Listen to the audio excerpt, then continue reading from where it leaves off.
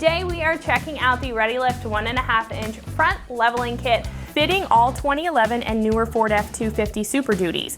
Now this spacer is a great choice if you don't want a lot of height in the front or want to commit to a full suspension kit. Rather, you just want to raise up the nose of the truck for a better appearance, to fit a bigger wheel and tire, and potentially even offset the weight of an HD front bumper or grille guard, pulling the nose down further. It's also a super inexpensive way to achieve those benefits while not having to swap out your existing suspension components in order to do so, making it fairly simple as far as lift or leveling kits are concerned. This little set of spacers here offers a number of different benefits for your truck simply by adding some space up front. Now the height increase creates some clearance for better approach angles, so you won't have to worry about coming into contact with hazards as easily as you would before. It also accommodates for up to 35-inch tires, which adds a beefier look to the truck and ultimately adds to the capability, and it makes the truck simply just look much better than the raked appearance. Now while offering these benefits, this should make for similar ride quality. However, for dependable and consistent performance as well as ride comfortability with this leveling kit, I do recommend adding in shocks or shock extensions in addition to this kit. Now that will allow for proper shock travel with this kit to accommodate for the extra height, so you're not bottoming your shock out and you're ensuring proper traction while you're driving. This is again a super simple kit consisting of 2 spacers for each spring perch and the hardware to bolt them up. The spacers have a 1.5-inch thick construction, which is true to the lift kit size since they are going to be installed on a solid axle. And as you can see here, these are made of a 6061 T6 aircraft billet aluminum construction. Now that makes them solid, and the aluminum is going to have a protective coating on top which will resist any corrosion over time when these are bolted up to your truck. As I said, this also comes with the installation hardware, as you can see here, so you get everything that you need out of the box in order to install this. This kit is about $200, making it one of the most affordable choices for a front leveling kit in the category. A lot of others on the page consist of larger or more inclusive kits, which may not be up your alley if you want to keep it simple and keep adding onto your suspension just to get a little bit of extra height rather than swap out components that could potentially change your ride quality. While I do recommend adding a shock extension or shocks to this kit, it will get the job done on its own and provide a lot of benefits for just a small spacer lift. The install here is a 2 out of 3 wrenches on the difficulty meter, considering that you will need some mechanical know-how in order to tackle this job.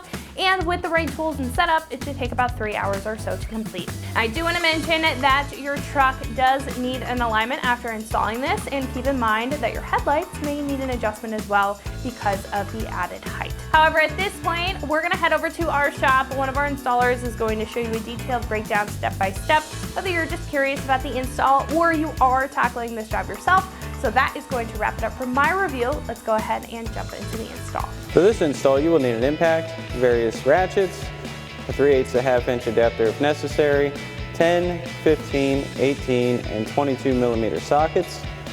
Also not shown here is a jack and jack stands. What's up guys? Today we're going to be doing a leveling kit on our F-250, but before we get started, we're going to send you to watch a quick video on how to remove the front suspension components, and we'll see you when you get back. First thing we're going to do is make sure we have our truck secure and safe. I jacked it up. We have it on a lift right now, but I do have a jack underneath the center of the rear, which you're going to need to do after you get it jacked up and supported, however you're doing that. If you're doing this in your driveway, you're going to want to use jack stands. So what I did was I have it on the lift here. I have a jack under the center of the rear to hold the rear up, because we're going to be loosening the suspension up so we can drop the rear down so we can remove our coil springs. So you want to just make sure you jack it up high enough when you put your jack stands under. That way you can get your jack in the center of the rear. And then we'll start removing our suspension here. We'll start by removing our brake hose, our shock, our sway bar, and then we'll be able to take our jack and start lowering the rear down. So let's jump into this and we'll start removing our upper bracket here for our brake hose. So first thing we're going to do is remove this 13 millimeter bolt here. I'm going to take my 3/8 gun with my 13 millimeter socket, remove this bolt right here. And once we get that bolt out and removed, we'll be able to drop the brake hose down. And you're going to want to repeat this same procedure on the other side, because it's going to allow us that both sides are going to have to be undone so that we can drop the rear out. So now we're going to remove our shock bolt right down here. I'm going to take a breaker bar with an 18mm socket and break this loose. It is on there pretty tight.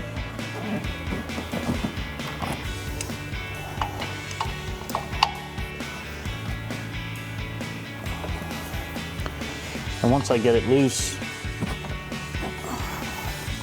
I will take my 3/8 gun with my 18mm on, get in place.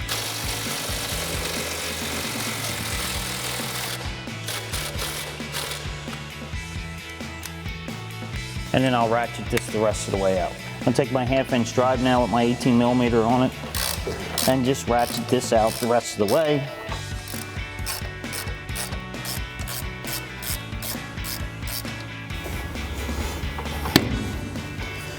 So now we have that out. You're going to want to repeat that procedure on the other side too. And now we'll go up to our sway bar.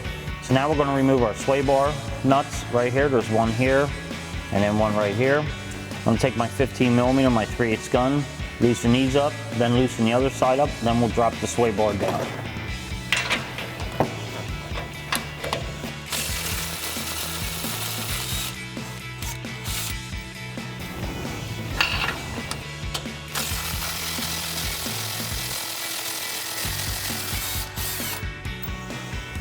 So now you're going to want to repeat that on the opposite side.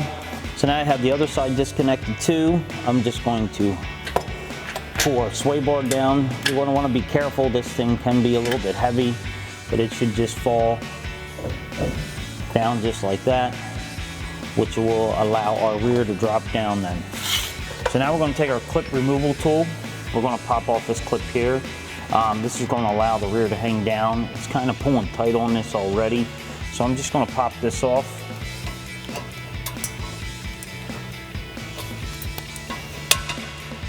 Pretty much like that.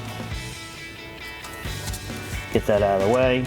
And then our vent tube on our rear here, just going to twist and pull up. And remove that. That will allow our rear to hang down when we start letting the jack down. So now we have everything disconnected, our shock, our front sway bar links on both sides. I have my shock removed on that side. I unhooked our connectors here for our vent tube. Our brake lines are disconnected.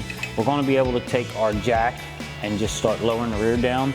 That's going to loosen up these springs and let these springs come out, and then we'll remove our springs. So now we have our rear drop down. We're going to be able to easily grab our spring, pick it up, and remove it right out of the location. Alrighty guys, welcome back. Now that we've shown you how to remove up to your spring, we're going to need to remove our bottom spring perch as well, because our spacer is going to be going underneath that. Now that is held in by a single 18mm bolt in the center of it. So we've got an 18mm socket on our impact. We'll run that out, get our perch off, and then we can install our spacer. So we'll get in here with our 18mm socket, pop this bolt off, then we can remove our lower spring perch. Now, this would be a good time to clean off your mating surface for your lower perch. These tend to get some debris, rocks and stuff like that. So if you want to take a little brush or rag and wipe that off, that would be a good time to do so. So now once you have this side out, you can do the same thing for the other side. But now we've got our spacer, and we're going to install that right on the base of our knuckle where our original perch was. And the tapered end of the bottom of that is going to follow the taper of our knuckle, like so. We'll set that on. And we're going to grab our perch. That's going to go right back on the same way it came off, just like so. And we're going to grab our provided bolt and flat washer, which is longer to allow for the new spacer. Feed that in. Now you can kind of lift this all up as one assembly and line your bolt up to get it started. You want to get this started by hand to make sure you don't damage your threads. Now that we have this in place, hold it with one hand, and we've got our 22mm socket on our impact. We'll tighten down our new bolt. And once you have this side in, you can do the same thing for the other side. Now we can begin reinstalling our spring. Line that up on our bottom perch. Just Maybe a little bit tougher with that new spacer. What we're gonna do, pop our top isolator off. Stick that up on here first. It's gonna give us a little bit more room to get our spring in place. We wanna make sure that bottom coil and top coil are lined up. So bottom coil has that seat on the perch. Once we have it in, you can actually bring your isolator back down onto your spring like so. Now, once we get to this point, you want to do the same thing for the other side, and then we'll raise our front differential back up. Now that we have both of our springs in place, we will begin raising our front end back up with our floor jacks. Now you want to do this as level as possible, so an extra set of hands might be helpful. So we'll do that now. Now that we have the front end raised up enough to hold the springs in place, we're going to reinstall our brake line bracket as well as our sway bar. Now, when it comes to the bottom shock bolt, because of the new spacing we have, it's much safer with how we have the truck lifted up to put the wheels back on, and then we're going to lower the front of the truck down and use the weight of the truck to line up our bottom shock mount. So we'll get everything else bolted up, put the wheels on, and then do that. So we'll get our brake line bracket lined back up, and we can reinstall that 10mm bolt. We'll tighten that back down with our 10mm socket. Then you can do the same thing for the other side. Now we can get our sway bar back into place. So lift that up, make sure our brackets line up. Now this is better if you do it with a buddy, so you can line up both of your brackets. So once we have that lined up, we can reinstall our two 15mm nuts. You want to make sure to get it loosely installed on both sides, and we can come back and tighten that down with our 15mm socket. You want to alternate tightening so this comes up evenly.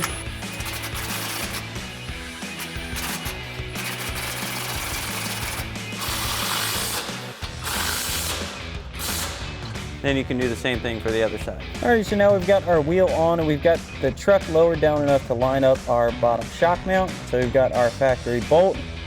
I'm gonna send that back through our mount like so. And we're gonna grab that flag nut. You may need to push that bolt back a little bit to get this in. We'll set that in place. We'll get our 18mm socket on our ratchet. We wanna hold on to this flag nut just so it gets started. And once it gets going, now that we've got it started, we're going to switch out to our bigger ratchet and tighten this down again with our 18mm socket.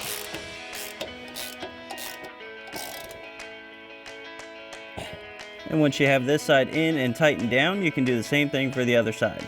Alrighty folks, that about wraps up our review and install of our ReadyLift 1.5-inch front leveling kit for your 11 to current 4-wheel drive F250 Super Duty. Thanks for watching, and as always, for everything F250, keep it right here at AmericanTrucks.com.